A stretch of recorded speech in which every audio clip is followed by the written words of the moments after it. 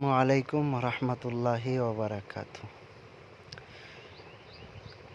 এজন ব্যক্তিয়ে দাৰুল উলুম দেওবন্দ এটা ফতোৱা সুধিছে যে আগত মই অসমীয়াত কৈ লওঁ বুজাৰ কাৰণে যে এজন ব্যক্তিয়ে দাৰুল উলুম দেওবন্দত ফতোৱা সুধিছে যে আমি কি কৰোঁ, মছজিদ এতিয়া ঠাণ্ডাৰ মৌচুম আহিছে, কেতিয়াবা আমি ঠাণ্ডাৰ মৌচুমত কি কৰোঁ, মছজিদত ফজৰৰ নামাজৰ পাছত অলপ দেৰি আৰাম কৰোঁ, শুই যাওঁ, টোপনি মাৰোঁ। আৰু মছজিদত যিবিলাক কাপোৰ আছে, বিছনা চাদৰ বা আপোনাৰ বেড কভাৰ কি এইবিলাক কাপোৰ আছে, সেইবিলাক কাপোৰ ইস্তেমাল কৰিব পাৰিম নে নাই? আমাৰ কাৰণে এইটো মছজিদৰ সামান ইস্তেমাল কৰা জায়েজ আছে না নাই? এইটো দাৰুল উলুম দেওবন্দত ফতোৱা সুধিছে।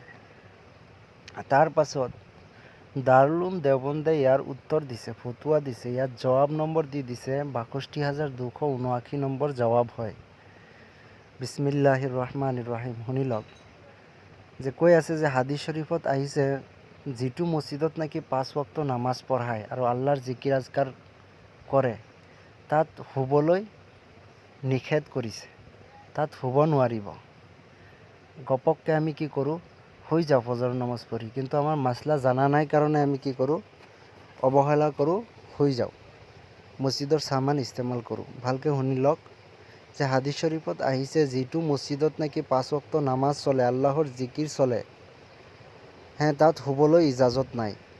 সেইটো মছজিদ শোৱাৰ কাৰণে বনোৱা নাই, সেইটো মছজিদ অকল নামাজৰ কাৰণে বনাইছে। সেইকাৰণেই ফজৰৰ নামাজৰ পাছত শুবলৈ মানা কৰিছে। আৰু যিবিলাক কাপোৰ আছে মছজিদৰ, চাদৰ, বিছনা চাদৰ, যিবিলাক কাপোৰ আছে, এইবিলাক কাপোৰো কি কৰিব নোৱাৰিব, ইস্তেমাল কৰিব নোৱাৰিব, ব্যৱহাৰ কৰিব নোৱাৰিব। এতিয়া আপোনালোকক মই উৰ্দু দি ভালকৈ শুনাই দিছোঁ। উনৱান হৈছে মছজিদ কে সামান কা ইস্তেমাল, মছজিদৰ বস্তুৰ ইস্তেমাল, ইয়াৰ বিষয়ে।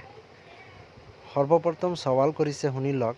মেৰা সৱাল ये है कि ठंड आने वाली है, फजर की नमाज के बाद हम कुछ देर के लिए मस्जिद ही में लेट जाते हैं, क्या हम मस्जिद की चादर उड़ सकते हैं? क्या ये जायज़ है? मतलब ये है कि मस्जिद के सामान का इस्तेमाल जायज़ है या नाजायज़ है?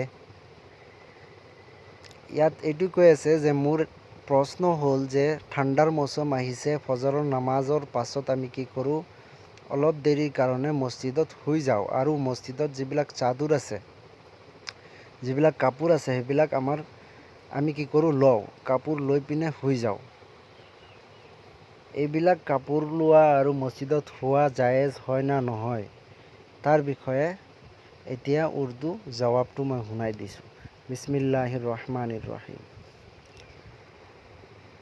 हदीस शरीफ में आया है कि मस्जिद नमाज पांचगाना अदा करने के लिए और अल्लाह का ज़िक्र करने के लिए बनाई गई है, लेटने और सोने के लिए नहीं बनाई गई है। इसलिए आप नमाज फ़जर के बाद मस्जिद में ना लेटे, ना ही मस्जिद की चादर इस्तेमाल करें, बल्कि घर जाकर लेटे और घर की अपनी चादर इस्तेमाल करें। वल्लाही ताला आलम। दारुल इफ्ता दारुल उलुम দেওবন্দ। আশা কৰোঁ বুজিব পাৰিছে প্ৰশ্নটো।